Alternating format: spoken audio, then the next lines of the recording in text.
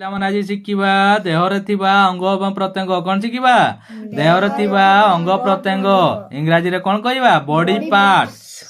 Head ମୁଣ୍ଡ, leg ଗଡ, ନଜ ନାକ, hair ବାଳ, ମାଉଥ ପାଟି, ଟଙ୍ଗ ଜିଭ, ଟୁଥ ଦାନ୍ତ, ଇୟର କାନ, ଫरहेଡ କପାଳ, ଆଇ ଆଖି, ଫିଙ୍ଗର ଆଙ୍ଗୁଠି, ନି ଆଣ୍ଠୁ, ଫୁଟ ପାଦ, ହିଲ ଗଇଠି, ଲିପ ଓଠ, ନେକ୍ ବେକ, ଆର୍ମ ବାହୁ, ହ୍ୟାଣ୍ଡ ହାତ, ବ୍ୟାକ୍ ପିଠି, ପଛ, ଚେଷ୍ଟ ଛାତି, ବେଲି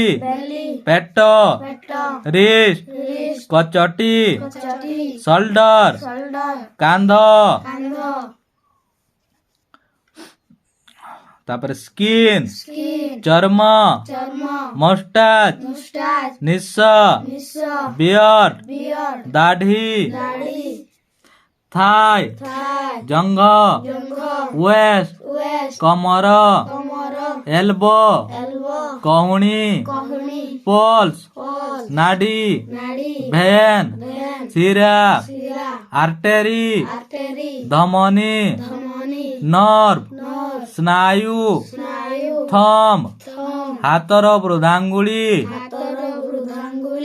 ପାମ୍ ହାତ ପାପୁଲି, ଫିଷ୍ଟ ମୁଷ୍ଟି, ଥ୍ରୋଟ୍ ଗଳା, ଚିକ୍ ଗାଲ, ଫେସ୍ ମୁଖମଣ୍ଡଳ, ବ୍ରେନ୍ ମସ୍ତିଷ୍କ, ବ୍ଲଡ ରକ୍ତ, ବନ୍ ଅସ୍ଥି, ଜଏଣ୍ଟ ଗଣ୍ଠି, ନେଲ୍ ନଖ, ବ୍ୟାକବୋନ୍ ମେରୁଦଣ୍ଡ, ୟୁରିନ୍ ମୂତ୍ର, ଷ୍ଟୁଲ ମଳ, ବାଇଲ ପିତ୍ତ, ମସଲ ପେଶୀ, ହାର୍ଟ ହୃଦୟ, ଲଙ୍ଗସ ଫୁସଫୁସ, କିଡନୀ ବୃକକ୍, লিভর যକୃତ।